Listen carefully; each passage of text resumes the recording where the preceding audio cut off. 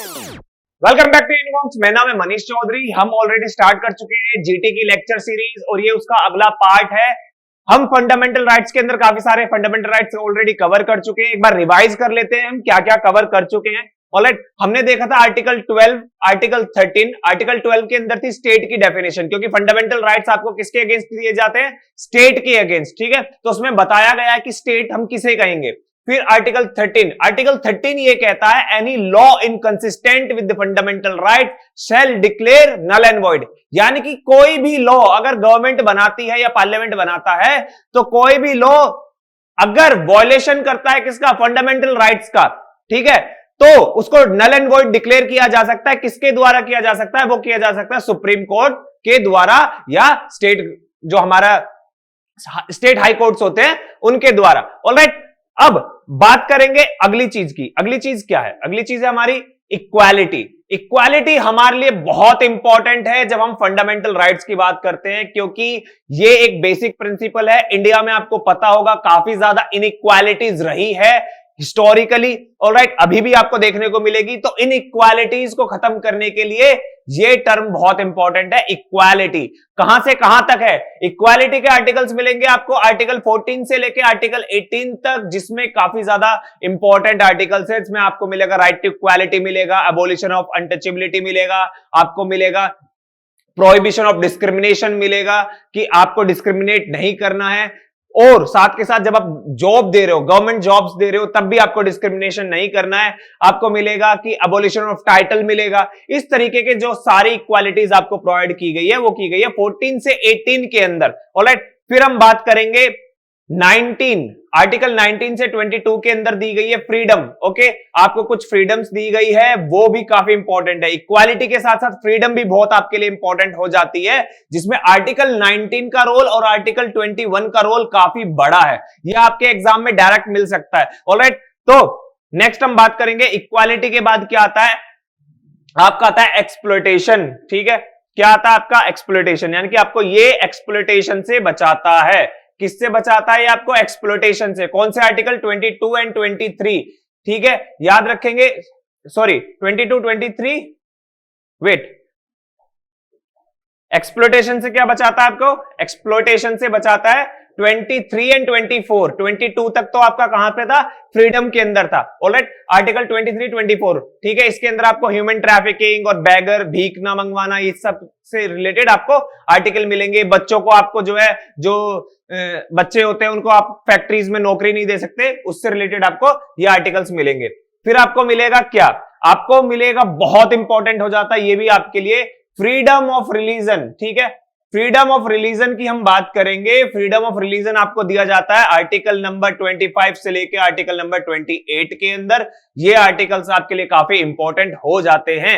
Again, alright, हम सिर्फ ये रिवाइज कर रहे हैं क्योंकि हम ऑलरेडी कवर कर चुके हैं। इनसे रिलेटेड अगर आपको वीडियो देखनी है तो आपको मिल जाएगी। कहां पे? यूनिमॉन्क्स के चैनल पे आप जाके देख सकते हैं। नेक्स्ट, फिर हमने क्या किया था? आर्टिकल 29 एंड आर्टिकल 30 हमने कवर किया था। ये आपका है प्रोटेक्शन ऑफ माइनॉरिटीज। माइनॉरिटीज को प्रोटेक्ट करता है ये आर्टिकल 29 और 30। ऑलराइट, नेक्स्ट, आज हम बात करने वाले कि अगर ये सारे जो मैं आपको फंडामेंटल राइट्स बता रहा हूं, ये आपको राइट्स कैसे मिल सकते हैं। ये सपोज मान लीजिए कि अगर मैं आपके साथ कुछ गलत कर रहा हूं, मैं सरकार हूं, ठीक है, मैं आपके साथ कुछ गलत कर रहा हूं, तो आपके साथ वो जस्टिफाई कैसे होगा कि मैंने सही किया या गलत किया है? ठीक है, वो तब होगा जब आप कोर्ट जाएंगे। कोर्ट में जाएंगे, आपको लग रहा है कि नहीं जो है सरकार आपके साथ गलत कर रही है, आप कोर्ट जाएंगे, उसके बाद कोर्ट देखेगा, जजेस देखेंगे कि जो पॉलिसी आई है या फिर जो एक्शन लिया गया है वो सही है गलत, उसके बेस पे, और वो किसको ध्यान में रखते हुए करेंगे? जैसे कि आपको मिलेगा फंडामेंटल राइट्स के अंदर। मैं आपको एक एग्जांपल देता हूं कि एक आर्टिकल 19 से रिलेटेड बहुत इंपॉर्टेंट आपको न्यूज में देखने को मिला होगा काफी बार, राइट टू प्राइवेसी। ठीक है, राइट टू प्राइवेसी। ठीक है, राइट टू प्राइवेसी आपको काफी बार देखने को मिला होगा। ये काफी इंपॉर्टेंट हो जाता है। सुप्रीम कोर्ट का एक जजमेंट है पुट्टास्वामी केस, ठीक है, उसके अंदर राइट टू प्राइवेसी बहुत इंपॉर्टेंट बोला गया है। ठीक है, तो याद रखेंगे। सॉरी, 19 नहीं, 19 नहीं, 21, आर्टिकल 21 किसके अंदर आता है आपका? 21 के अंदर। याद रखेंगे, मैंने पहले ही बता दिया था 19 और 21 आपके लिए बहुत इंपॉर्टेंट हो जाता है, क्योंकि 21 आपके लिए कौन सा बनता है? राइट टू प्राइवेसी हो गया, राइट टू हेल्थ हो गया, ठीक है, इस तरीके के राइट टू आपको हो गया सेफ वाटर, ठीक है। ये काफी सारी चीजें जो है सुप्रीम कोर्ट ने ऑलरेडी आर्टिकल 21 के अंदर बताई है, क्योंकि आर्टिकल 21 ये कहता है आपकी लाइफ एंड लिबर्टी की बात करता है, ठीक है। ऑलराइट, तो आज हम बात करेंगे कौन सी चीज की? आर्टिकल 32 की, ठीक है, आर्टिकल 32 की बात करेंगे, जिसके अंदर आता हमारा कॉन्स्टिट्यूशनल रेमेडीज, ठीक है। यानी कि आपके साथ अगर कोई भी फंडामेंटल राइट्स का वायलेशन हो रहा है तो आप डायरेक्ट कहां जा सकते हैं? सुप्रीम कोर्ट और हाई कोर्ट। इस आर्टिकल का एक फायदा है, देखिए 32, आपको फंडामेंटल राइट्स के वायलेशन अगर आपको होता है तो आप 32 का यूज करके सुप्रीम कोर्ट जा सकते हैं, और आर्टिकल 226 का यूज करके हाई कोर्ट जा सकते हैं। आप हाई कोर्ट जाने के लिए 32 का इस्तेमाल नहीं कर सकते, आपको उसके लिए यूज करना होगा 226, ठीक है, हाई कोर्ट के लिए, और 32 का यूज करके आप जा सकते हैं सुप्रीम कोर्ट, क्योंकि ये आर्टिकल देता है आपको right to move to supreme court. Alright, याद रखेंगे ये वाली चीज। अब डॉक्टर भीमराव अंबेडकर ने आर्टिकल 32 के लिए एक बहुत अच्छी लाइन बोली थी। वो उन्होंने कहा था कि आर्टिकल 32 जो है वो हार्ट एंड सोल है कॉन्स्टिट्यूशन का, क्योंकि ये आपके साथ हो रहे वायलेशंस को, आपके साथ हो रहे किसी भी वायलेशन ऑफ फंडामेंटल राइट्स को प्रोटेक्ट करता है। क्योंकि अगर आर्टिकल 32 ही नहीं होगा तो आप उसको जस्टिफाई कराने के लिए कोर्ट कैसे जाएंगे? जब आप कोर्ट ही नहीं जा सकते फिर तो फंडामेंटल राइट्स का मतलब ही नहीं बनता है, ठीक है। तो डॉक्टर, याद रखेंगे, ये आपके एग्जाम पॉइंट ऑफ व्यू से काफी इंपॉर्टेंट है कि डॉक्टर बी आर अंबेडकर ने कहा था कि heart and soul of the constitution है कौन सा आर्टिकल? आर्टिकल 32, ठीक है। अब आर्टिकल 32 इंपॉर्टेंट क्यों है? क्योंकि आर्टिकल 32 के अंदर 5 रिट दी जाती है, 5 रिट्स दी जाती है। कौन कौन सी रिट है? Habeas corpus, mandamus, prohibition, certiorari and quo warranto, ठीक है। ये आपकी 5 रिट्स है, ठीक है। ये 5 रिट का यूज करते हुए आप जाते हैं अपने फंडामेंटल राइट्स का अगर वायलेशन होता है उसके प्रोटेक्शन के लिए। अब हम इनको समझेंगे, ये 5 रिट हमारे लिए क्यों इंपॉर्टेंट हो जाती है। नाउ अब आपको 2 चीज करनी है अगर आप सीयूईटी 2024 की तैयारी कर रहे हैं। देखिए, यूनिमॉन्क्स ऑलरेडी आपके लिए कोर्सेज लेके आ चुका है, आपको हमारे YouTube चैनल पे भी मिल जाएंगे। लेकिन अगर आपको और भी अच्छी तैयारी करनी है तो आपको 2 चीज करनी है। पहला, आपको यूनिमॉन्क्स की ऐप डाउनलोड करनी होगी, वो आपको कहां मिल जाएगी? वो आपको प्ले स्टोर पे मिल जाएगी। ऑलराइट, नाउ अब आपको क्या करना है? आप अगर सीयूईटी 2024 की तैयारी करना चाहते हैं और अच्छा स्कोर करना चाहते हैं, आपको 2 चीज करनी होगी। आपको यूनिमॉन्क्स की ऐप डाउनलोड करनी होगी जो आपको प्ले स्टोर पे मिल जाएगी, और साथ ही अगर आप ऑफलाइन क्लासेस चाहते हैं तो नीचे डिस्क्रिप्शन बॉक्स में हमारी कॉन्टैक्ट डिटेल्स आपको अवेलेबल हो जाएगी, आप हमें कॉन्टैक्ट कर सकते हैं। और ये है हमारा यूट्यूब का चैनल जहां पर आपको सीयूईटी 2024 से रिलेटेड आपको सभी इंफॉर्मेशन अवेलेबल हो जाएगी। क्या सब्जेक्ट कॉम्बिनेशन लेने, किस तरीके से आपको सब्जेक्ट चूज करने हैं, किस तरीके से फॉर्म फिल करना है, और सभी लेटेस्ट इंफॉर्मेशन जो आने वाली है वो भी आपको हमारे चैनल पे मिलती रहेगी। तो सब्सक्राइब करना मत भूलिएगा। तो चलिए आगे स्टार्ट करते हैं। नाउ अब हम बात करने वाले 5 रिट्स के बारे में कि उनका मतलब क्या है। देखिए, उनका मतलब है, सबसे पहले अगर हम बात करें हीबस कॉर्पस, हीबस कॉर्पस हमारे लिए सबसे इंपॉर्टेंट अगर मैं कह रहा हूं तो वही है हीबस कॉर्पस। रिट का नाम है। अगर आपके साथ कोई भी फंडामेंटल राइट्स का वायलेशन होता है तो आप आर्टिकल 32 का यूज करके सुप्रीम कोर्ट जा सकते हैं, 22-26 का यूज करके हाई कोर्ट जा सकते हैं, ठीक है। तो आप जाएंगे।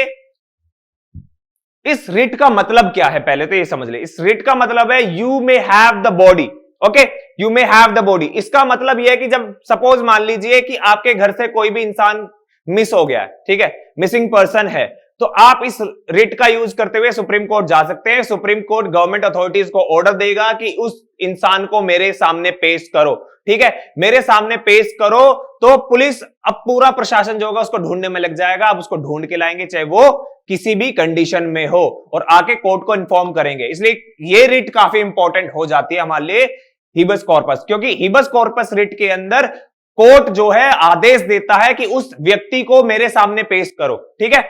नाउ नेक्स्ट रिट आती है हमारी मैंडेमस। मैंडेमस का मतलब होता है वी कमांड, हम आपको आदेश देते हैं। यानी कि अगर कोई भी गवर्नमेंट अथॉरिटी अगर कोई काम नहीं करती है तो उसके लिए क्या हो सकता है, उसके लिए मैंडेमस रिट का यूज करते हुए कोर्ट आदेश दे सकता है कि इस काम को करो, जल्दी से जल्दी करो, या जो भी है वो जो कोर्ट जो भी ऑब्जर्वेशन देगा वो बेसिकली आदेश देता है। ठीक है, वी कमांड, अब देख रहे हैं ना, वी कमांड। ठीक है, नाउ ये जो नेक्स्ट रिट है इसका मतलब होता है टू बी सर्टिफाइड। इस रिट में एक बहुत अच्छी खासियत है, देखिए इस रिट में ये खासियत है कि सब इसमें क्या होता है, कोर्ट जो होता है बेसिकली हायर जुडिशियरी जो होती है वो लोअर जुडिशियरी को एक तरीके से ये बोलती है कि ये आप काम नहीं कर सकते, लेकिन साथ के साथ उस चीज को करेक्ट भी करती है। ठीक है, करेक्ट कैसे करती है, फॉर एग्जांपल कि किसी भी केस में क्या काम किया कि मना कर दिया कि आप ये काम नहीं कर सकते, बट उसको फिर दूसरे इंसान के पास ट्रांसफर कर देगी कि वो है सही अथॉरिटी, वो सही से करेगा, उसको करेक्ट करते हैं। ठीक है,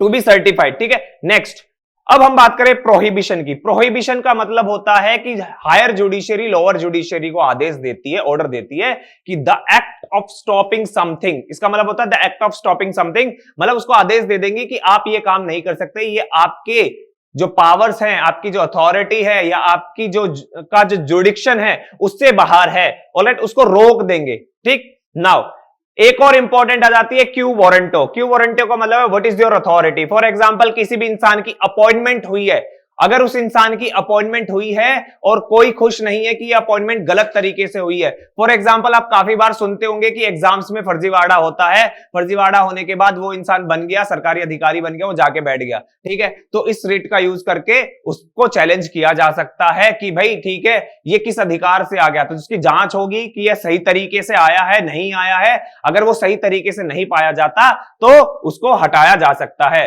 ठीक है, तो ये 5 रिट हमारे लिए बहुत इंपॉर्टेंट है, नाम याद रखिएगा, जिसमें काफी इंपॉर्टेंट है हिबस कॉर्पस, क्योंकि ये और क्यू वारंटो ये आपसे एग्जाम में डायरेक्ट पूछ ली जाती है, खासकर हिबस कॉर्पस तो पूछी जाती है, तो ये 5 रिट याद रखिएगा, भूलिएगा मत। ऑलराइट, यहां पे हमारे फंडामेंटल राइट्स जो होते हैं वो खत्म हो जाते हैं। हमने ऑलरेडी फंडामेंटल राइट्स कवर कर लिए, सभी जो आपके एग्जाम में इंपॉर्टेंट है, रिवाइज कर लिए हैं काफी बार। अब हम नेक्स्ट स्टार्ट करेंगे directive principles of state policy, उसके अंदर भी काफी आर्टिकल्स हैं जो आपके एग्जाम पॉइंट ऑफ व्यू से इंपॉर्टेंट है। ऑलराइट, वीडियो अच्छी लगी है तो वीडियो को लाइक कीजिएगा, शेयर कीजिएगा सभी दोस्तों के साथ, कमेंट कीजिएगा अगर आपका कोई भी डाउट है किसी भी चीज से रिलेटेड। ऑलराइट, और चैनल को सब्सक्राइब करना मत भूलिएगा। Thank you.